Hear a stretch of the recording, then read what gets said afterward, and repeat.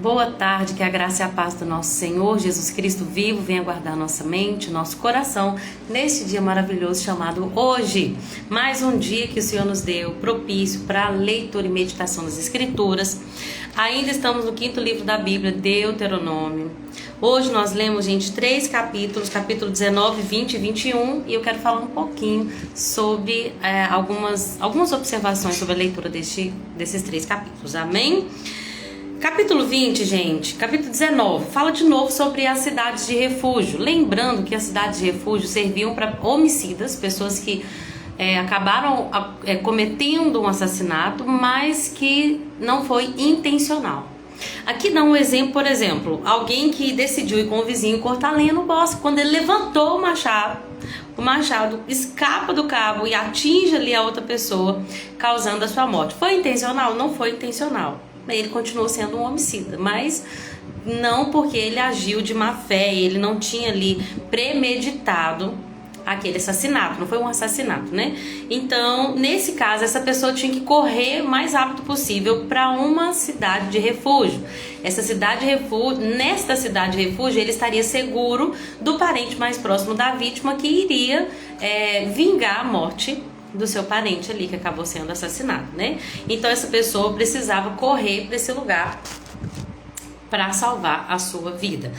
E aí, gente, Deus pega e fala, gente, que tenham cidades de refúgio perto, para que não aconteça dessa pessoa que matou sem querer alguém seja morta. Ela seria morta de maneira errada, ela seria um inocente. E aí Deus pega e fala, se o Senhor Deus ampliar seu território, separem mais 3 cidades de refúgio. Ele lhes dará a terra se vocês cumprirem cuidadosamente todos os seus mandamentos. E se sempre amarem ao Senhor, seu Deus, e se andarem nos seus caminhos. Gente, Deus está falando, olha, façam o que é certo. Deus, se vocês fizerem o que é certo, vocês vão alcançar a terra, a promessa. E o que Ele espera de nós? Que nós venhamos cumprir, gente, cuidadosamente. Não é um cumprir de qualquer jeito, mais ou menos crente, mais ou menos um pé na igreja, um pé no mundo. Eu faço mais ou menos, eu faço do jeito que eu dou conta. É uma vida, gente, intencional. Como eu agrado a Deus hoje. Nem todas as pessoas acordam pensando, como eu vou pecar hoje? Não. Mas muitas das vezes, quando nós não somos intencionais, aqui está falando que os mandamentos de Deus devem ser cumpridos cuidadosamente. Não é uma coisa que vai acontecer naturalmente. Naturalmente eu vou fazer a vontade de Deus. Não, gente. Naturalmente a gente vai seguir a nossa carne. Boa tarde, Ivonete, minha querida. Paz do Senhor Jesus. Seja bem-vinda a essa live. Deus te abençoe. Saudade de você. Gente, naturalmente a gente não vai obedecer a Deus. A gente vai obedecer nossos desejos carnais que querem coisas rápidas, temporais, que querem prazeres que são momentâneos. É isso que a nossa carne quer. Nossa carne não quer pensar no que é eterno. Nossa carne não quer pensar naquilo que está por vir. A gente quer suprir a nossa vontade agora. Eu falo na carne. Mas nós que fomos cheios do Espírito não andamos mais na carne. Nós não somos guiados mais por nossos desejos carnais. Nós somos guiados pelo Espírito. Então nós temos que ter cuidado. É o que, gente? Ser intencional em amar o Senhor, em cumprir os seus mandamentos e andar nos seus caminhos. Tenha cuidado, seja intencional. Não viva a vida no automático. A vida no automático vai te jogar no buraco. Sério, não viva a vida no automático. Mas todo mundo fala mal um do outro, mas você não, porque você procura cuidadosamente falar daquilo que edifica. Você procura cuidadosamente agradar o Senhor e não desagradar o Espírito Santo. Ah, mas todo mundo comete um errinho ou outro aqui no trânsito, sempre tem aquela pessoa que não paga os impostos, mas você não. Por quê? Porque você procura uma vida íntegra, que glorifique a Deus. Uma vida que faça com que as pessoas vejam diferença em você. Então nós precisamos ter cuidado. Eu dei 2 exemplos aqui, mas existem N maneiras de fazer aquilo que está todo mundo fazendo no automático, né? Carnaval tá aí, o que a gente vai fazer? A gente vai ser exemplo ou a gente vai se misturar? Ah, porque a gente tem que aproveitar a vida. Será, gente, que dar ouvido à carne é aproveitar a vida? Hoje meu marido foi tentar ajudar um homem que está numa luta com a questão do vício, do álcool. Gente, e as pessoas falam, nossa, mas Lorena, você não bebe, que bobagem, tem que aproveitar a vida.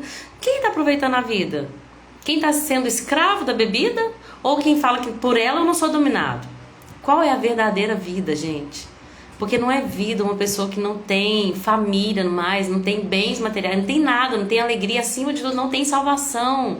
Não tem propósito de vida. O propósito de vida da pessoa que é, por exemplo, escravizada pelo álcool é beber. Esse é o propósito de vida dele.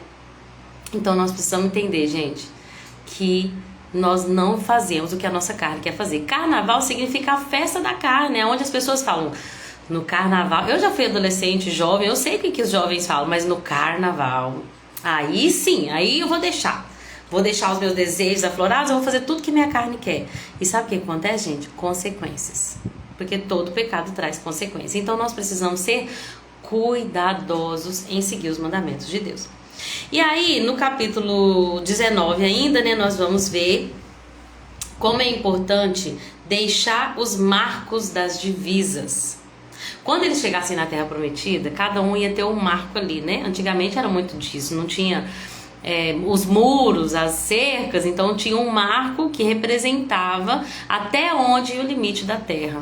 Até onde era essa terra me pertence e não ao meu vizinho. E como que eu poderia, o que eu poderia fazer? Aumentar um pouquinho o limite, né? Mudar um pouquinho o limite, a fim de que a minha terra fosse mais expandida. Eu tivesse mais, uma terra maior, mas é um roubo, né? Eu aumentei a divisa, diminuí a terra do meu vizinho e aumentei a minha terra. Gente, nós temos que tomar muito cuidado com os limites, que a gente muitas das vezes tem aumentado. Deus tem limites estabelecidos e com o tempo as coisas estão ficando cada vez mais permissíveis. Antigamente, eu fico pensando se as pessoas de antigamente vissem como as mulheres, por exemplo, se vestem hoje. Hoje é comum, a gente sai na rua e vê uma mulher de top na rua, de sutiã. Ainda mais na época do calor. É comum, eu falo assim, né? Infelizmente, a gente tem visto isso, gente. Por quê? E antigamente não tinha isso. Era falta de pudor, era um limite estabelecido ali. Só as mulheres, realmente, aquelas que existia uma questão assim, né, que fosse uma mulher, uma prostituta que se vestia assim, que todo mundo ficava escandalizado, as crianças não viam. Hoje as crianças são incentivadas a vestir assim. Fui comprar uma roupa para minha filha, todos os conjuntos que tinham, a blusa era cropped. Todos os conjuntos.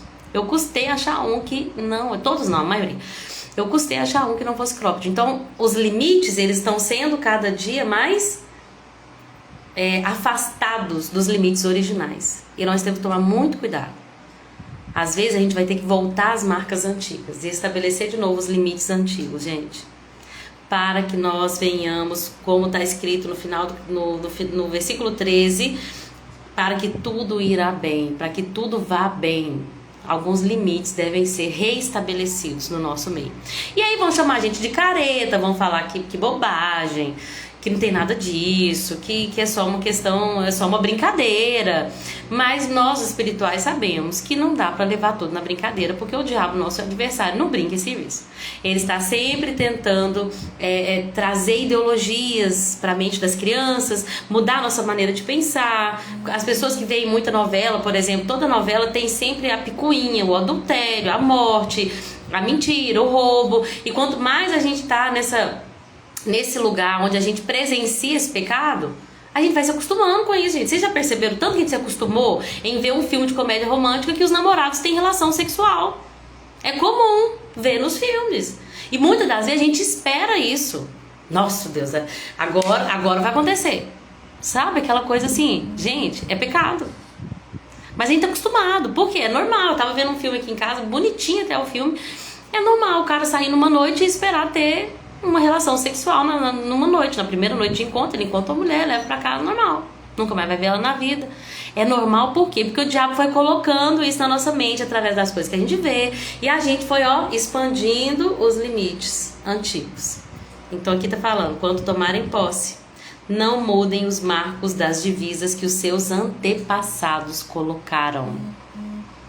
Tem até uma palavra na Bíblia que não sai da minha cabeça, mas eu não lembro exatamente como é que é. Eu sei que é Isaías que fala assim que vão ter os reparadores de brecha e reparadores dos antigos. Deixa eu achar aqui. Das antigas, vão edificar as antigas ruínas Vão levantar os fundamentos de muitas gerações e serão chamados reparadores de brechas e restauradores de veredas.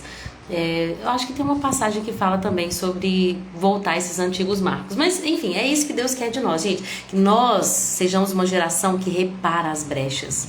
Aonde que houve uma brecha, aonde que tem um buraco que precisa ser tampado, na nossa moral, na nossa lei moral, no nosso devocional, no nosso amor a Deus, na maneira como nós honramos mais a Deus do que a nós mesmos, do que as pessoas, vamos restaurar. Gente, edificar as antigas ruínas, aquilo que era uma construção e que hoje é uma ruína. Deus está levantando uma geração que vai reedificar essas ruínas, que vai levantar os fundamentos e que vai ser reparadores de brechas. Amém?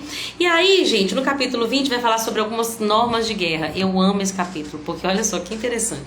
Nesse capítulo fala assim, ó: quando saírem para lutar contra seus inimigos e enfrentarem cavalos e carros e um exército maior do que o seu, Deus já está avisando, vai chegar uma época que vocês vão ter lutas que vão ser maiores do que aquilo que você tem para lutar contra elas. Mas não tenha medo. O Senhor, seu Deus, que os tirou da terra do Egito, está com vocês. Quando se prepararem para a batalha, o sacerdote virá à frente e falará com os soldados. O que ele vai falar para os soldados? Ouçam, homens de Israel, ao saírem hoje para lutar contra os seus inimigos, sejam corajosos. Gente, falou que eles são maiores? Que eles têm maior número do que os inimigos? Não, falou que vai ter guerra, que eles vão, que os inimigos são maiores do que eles. Que os inimigos vão ter mais carros e mais cavalos do que eles. Vocês, diante da tempestade, diante da turbulência, não vão ter o recurso para vencer. Mas não tenham medo. Não tenham medo, porque o Senhor, seu Deus, está com vocês. Sejam corajosos, não tenham medo, nem se apavorem, nem tremam diante deles, pois o Senhor, seu Deus, vai com vocês. Ele lutará contra os seus inimigos. O seu exército é pequeno mesmo, você não dá conta sozinho. Você não dá conta sozinha. Como você vai vencer essa batalha com as suas próprias forças? Você nunca vai conseguir. Porque é maior do que você a oposição. Agora, existe alguém que está com você, que não existe oposição maior do que ele. Não tem exército maior do que o exército do Deus vivo. Não tem nada maior do que a força do nosso Deus, Criador dos céus, da terra, de tudo que nela há. Então você com suas próprias forças não vai conseguir, mas quando você descansar, você vai levantar para essa batalha, você vai ser corajoso e o Senhor lutará ao seu favor e lhes dará vitória. E aí começa a falar assim, vamos ver algumas pessoas aqui que podem ser que não devam lutar na guerra. Alguém que acabou de construir uma casa, por exemplo, vai para sua casa, vai dedicar ela, curte a sua casa ainda, porque vai que você morre na guerra. E você não vai curtir sua casa, outro que vai curtir. Olha como Deus é justo. Alguém acabou de casar, vai lá e curte a sua esposa. Ou alguém que acabou de ficar noivo, vai pra casa, tome a sua mulher como esposa, pra não ter que perigo da pessoa ir pra guerra e não ter aquela mulher que acabou de noivar. Mas o que eu acho mais interessante é o capítulo 8, que fala assim, alguém tá com medo? Alguém tá angustiado? Se tiver, melhor ir embora. Pode sair. Gente, olha que incrível. Deus está falando assim, ó, é melhor você sair e ir embora se você tiver com medo. Porque uma pessoa com medo amedronta as pessoas ao redor dela. Você já viu quando a pessoa está deprimida? Eu me lembro de uma vez trabalhar com uma pessoa que estava passando por tanto problema na vida. E aí um dia eu cheguei e eu falei assim, bom dia. E aí ela falou assim, bom dia. Sabe aquela cara de tristeza? Gente, na hora eu murchei, assim, porque a angústia dela, a maneira como ela conversava, a maneira como ela se portava, muitas das vezes demonstrava sua tristeza. E eu não tive força para passar para ela a minha alegria, né? Na época eu não tinha essa força, eu não tinha tido esse encontro com o Senhor ainda, mas eu tentava de alguma forma, pelo menos com a minha vida, ser um testemunho, mas eu me lembro de murchar quando ela veio toda deprimida e amargurada. E Deus está falando, olha, se tiver alguém com medo no exército, é melhor que essa pessoa vá embora. Por quê? Porque as pessoas que estão com medo, os covardes, eles vão incentivar pessoas ao redor. Então cuidado com quem você ouve, cuidado para quem você conta suas lutas, porque vai ter gente Não é ela, é o diabo que vai usar a boca dela, não é ela não é seu inimigo. Mas muitas das vezes, por causa de um problema no seu próprio coração, ela vai ser boca ali para poder tentar te desanimar. Falando, nossa, vai ser muito difícil. Eu já vi uma pessoa que teve essa doença aí, morreu com 15 dias. Nossa, complicado, eu acho que não tem jeito. Não, eu acho que esse marido seu... Eu conheço uma amiga que orou tantos e tantos anos, o marido dela nunca mudou. Sabe? Então cuidado, não ande com os covardes, ande com os corajosos. Porque o covarde, ele tem essa capacidade de, vou falar envenenar, embora seja uma palavra bem pesada, né? Mas transmitir isso. Ande com pessoas cheias de fé, que falam assim, mas vai mudar, tá assim, mas vai mudar. Deus é muito mais poderoso que isso. Deus é conosco, afastou-se deles o seu Deus. Agora Deus vai nos dar essa terra em nossa possessão. Nós vamos vencer. É isso que Deus espera de nós, que nós andemos com pessoas que têm fé. Nós precisamos ter fé. Sem fé é impossível agradar a Deus. E muitas das vezes, gente, a batalha que a gente vai ter vão ser inimigos maiores do que nós mesmos. Mas, como a palavra de Deus diz, maior é o que está em nós do que o que está no mundo. Amém? Então não somos nós, mas eu venci, mas claro, eu jejuei, eu sou obediente, eu vou ao culto, eu sou dizimista. Não tem nada a ver com você. Você só venceu porque o Deus que está com você é muito maior do que o inimigo que te afronta. Lembrando que a nossa vitória vem acompanhada de obediência, né, gente? A desobediência, ela vai vir com derrota. Nós só vamos ter Deus lutando ao nosso lado enquanto estivermos nesse lugar de obediência. Por quê? A desobediência abre brecha para que o inimigo possa nos atingir. Ontem minha filha estava lendo Josué, tô doida para chegar lá. E aí ela estava lendo sobre como o povo foi ali destruído em Ai. Ela até brincou desse nome dessa palavra, né? Era uma cidade tão pequena. Eles já tinham vencido Jericó, muralhas fortalecidas ali. Deus deu vitória para uma cidade muito maior, mas aí quando eles foram para Ai, eles perderam a batalha. Cidade pequenininha, eles foram ali mortos na batalha. Por quê? Porque estavam em desobediência. Pastor Ricardo Padilha, mas que honra ter o Senhor aqui conosco. Deus te abençoe. Deus abençoe você, sua casa, sua esposa, seus filhos, em nome de Jesus. Gente, Deus é conosco. Se Deus é por nós, quem será contra nós? Ausentou-se deles o seu Deus. Amém? E aí, gente, nós vimos que o capítulo 21 de Deuteronômio, nós vamos falar, uma coisa que eu queria falar é sobre o divórcio. Nós vemos o próprio Jesus falar que Moisés concedeu carta de divórcio. Eu vi uma frase que eu achei tão interessante que fala assim, ó: o divórcio não era um mandamento, mas uma permissão. Vamos entender o amor de Deus ao permitir que Moisés desse uma carta de divórcio? A carta de divórcio era permitida para um homem que pegasse uma mulher ali das mulheres, né, estrangeiras, que eles tomassem ali aquelas mulheres, porque, deixa eu voltar, perdão. Deus falou que as cidades em Canaã, que eles lutassem, que os israelitas lutassem, todas as pessoas, todo ser vivo deveria ser eliminado, para que aquelas pessoas não os incentivassem à idolatria, que foi exatamente o que aconteceu lá na frente, né? Mas Deus deu essa instrução. Mas em outras cidades mais distantes, eles tinham outra instrução. Vocês podem entrar. Na verdade, antes de entrar e de vencer aquela cidade, os moradores daquela cidade, vocês vão chegar com uma proposta de paz. Então chega uma proposta de paz. Olha, nós somos israelitas, nós somos do exército do Deus vivo, e ele vai dar essa terra sua para nós como herança. Se os homens aceitarem aquele acordo de paz, os homens daquela cidade, então aqueles homens se tornariam escravos do povo de Israel, tá? Cidades distantes, porque o povo de Canaã tinha que matar todos. Mas aí os israelitas matariam só os homens e ficariam com as crianças e com as mulheres.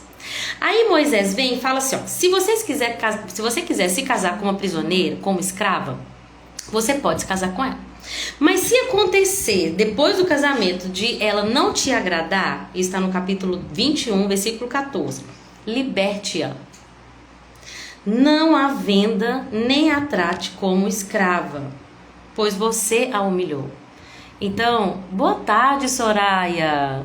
Soraya, isso é uma bênção na nossa vida, viu? Fico muito feliz de ter você aqui na live também. Então, gente, quando Deus permitiu que Moisés desse a carta de divórcio, não era a vontade de Deus. Não é a vontade de Deus, gente. Nunca foi a vontade de Deus que o homem também tivesse muitas esposas. O próprio Jesus, o nosso Senhor, vai falar lá na frente. Gente, qual é o plano de Deus? Unir-se-á o homem à sua mulher e os dois se tornarão uma só carne. Jesus falou isso. Jesus disse: Moisés só lhes deu a carta de divórcio pela dureza do vosso coração. Mas o plano de Deus sempre foi mostrar Cristo e a igreja através de um casamento entre um homem e uma mulher. Ah, mas então por que há separação? Eu vejo o amor de Deus, principalmente aqui com aquelas prisioneiras. Eram mulheres estrangeiras, morando numa terra que elas nunca moraram, com um povo com cultura totalmente diferente, com religião totalmente diferente, com Deus totalmente diferente. E agora, se o homem pegou ela ali porque gostou dela e agora não gosta mais, Deus está falando: eu não vou deixar que você a humilhe, que você trate ela como escrava, que você venda ela. Você vai dar para ela uma carta de divórcio. Você vai liberar ela. Sabe por que Deus faz isso? Porque Deus é bom demais. O Senhor é bom, sua misericórdia dura para sempre. É a vontade de Deus que houvesse isso? Não, não é a vontade de Deus. Mas Ele permitiu por causa da dureza dos corações. Então, gente, nossa proposta é ensinar-nos, é nós nos ensinarmos e ensinar para os nossos filhos. Escolha uma pessoa e seja uma só carne com ela. Busque a Deus, reflita no matrimônio, que o leito de vocês seja sem mácula. Que o matrimônio de vocês reflita a união entre Cristo e a igreja, que a mulher seja submissa ao marido e o marido ame a esposa como Cristo amou a igreja, a ponto de dar a sua vida por ela. Essa é a vontade de Deus. Mas não julgue quem passou por um divórcio. Não julgue quem passou por um divórcio. Deus julga. Deus é o único que pode condenar. Então cuidado, porque o Senhor é bom, gente, e Ele sabe de todas as coisas. Amém? E aí, gente, nós vamos ver aqui no final do capítulo 19, já estou terminando a live também. Eu acho interessante essa parte que fala como lidar com o filho rebelde. Seu filho é rebelde, como nós vamos fazer? Seu filho não obedece, tá bom? Como nós vamos fazer? Você vai levar ele no meio da praça pública, vai falar: gente, esse meu filho é rebelde. E aí todo mundo vai apedrejar, tá bom? Essa é a lei. E eu glorifico a Deus, porque eu fico imaginando que Deus deixou essa lei para os próprios pais falarem para os filhos: olha, sabe o que está na lei? Se você não me obedecer, você pode ser apedrejado. A diferença entre a lei e a graça, gente, é que na lei as pessoas cumpriam a lei para não serem punidos. Na graça, nós temos prazer em cumprir a lei, em abdicar do pecado, em abrir mão de coisas a fim de agradar a Deus. Essa é a grande diferença. Já está terminando, Soraya, porque esses 3 capítulos foram bem pequenininhos hoje, né? Mas tem uma coisa para falar que eu nunca posso deixar de falar do nosso Senhor Jesus, né? Lembrando que toda a Bíblia é sobre Ele. Velho Testamento, Novo Testamento, tudo é sobre Jesus e tudo revela Cristo, né? Vamos falar sobre Jesus? No final do capítulo 21 fala o seguinte: que é maldito todo aquele que é pendurado no madeiro. Em Gálatas 3,13, Paulo vai citar esse versículo, que ele fala que Jesus se fez maldição por nós. Ele se fez maldito por nós. Gente, a cruz é algo tão sério. É tão sério o que Jesus fez por nós na cruz. Por mais que hoje nós escutamos a palavra cruz, a gente escuta tanta palavra cruz, que a gente não imagina um homem ali massacrado, pelado, humilhado. A gente não imagina tanto essa cena terrível, porque a gente liga a palavra cruz com redenção, com amor. A gente já entende a cruz e o propósito da cruz, então a gente não liga muitas das vezes na cena, gente, mas a cena é horrível. A gente viu aquele filme A Paixão de Cristo e eu acredito realmente que a cena era horrível. Era tão horrível a morte de cruz que estudos apontam, Edmundo estava falando sobre isso comigo, eu achei muito interessante. Estudos apontam que que não era possível falar a palavra cruz perto de mulheres e crianças. A palavra cruz era um palavrão. De tão feio que era, a cena era terrível. Era uma maldição, gente. Por isso que a Bíblia diz, Paulo vai dizer assim, ó, fugiu agora. O evangelho da cruz é loucura para os que perecem. Você está falando que o Filho de Deus foi crucificado, que ele foi exposto, que foi exposta a nudez dele, que ele foi massacrado ali, que ele foi espancado, não, pra mim, não, sabe, pra quem não crê, a palavra da cruz é loucura. Gente, ele se fez maldição por nós. Ele se fez maldito. Ele fez pecado para que nele ali nosso pecado fosse perdoado. A nossa transgressão fosse perdoada. Ele tomou sobre si as nossas transgressões, as nossas dores, a culpa que era minha e sua, a maldição que eu e você deveríamos carregar. Ele levou sobre si naquela cruz. Ele se fez maldição para que hoje nós pudéssemos ter uma graça abundante. Aquele que não conheceu o pecado se fez pecado por nós, para que nele fôssemos feitos filhos de Deus. É isso? Para que nele fôssemos feitos? Justiça de Deus. Fugiu o finalzinho. Aquele que não conheceu o pecado se fez pecado por nós, para que através da vida dele, através da morte dele, nós fôssemos encontrados justos. Gente, você sabe o que é receber o veredito de justo? É Deus falar assim, ó, a partir de agora é como se você não tivesse pecado. Não é que, eu vou guardar aqui sua sentença e logo daqui a pouco você paga o preço dela. Não, você não vai ter que pagar preço de nada. Você foi considerado inocente porque Jesus foi considerado culpado. Maldito é todo aquele que é pendurado no madeiro. Jesus pendurou no madeiro, gente. Carregou a nossa maldição para que nós fôssemos abençoados. E é por isso que a gente está aqui. É por isso que eu estou aqui agora nessa live. É por Jesus. É para compartilhar com você aquilo que me traz vida. E vida com abundância, só Jesus Cristo, só por meio dele. Ele é o caminho, a verdade e a vida. E aqui em Deuteronômio a gente vê, nós vimos lá no Novo Testamento o cumprimento daquilo que está aqui em Deuteronômio. Amém? Gente, é isso que eu queria falar hoje, esses 3 capítulos. Eu realmente acredito que é isso. Lembre, gente, se forem para a guerra, se o exército for maior, não tenha medo. O Senhor teu Deus é contigo por onde quer que você vá. Apenas obedeça. Ame ao Senhor de todo o seu coração. Obedeça cuidadosamente os seus mandamentos.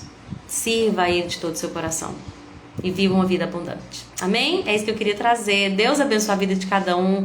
E até amanhã, se assim Jesus permitir. Amém? Com Deus, gente.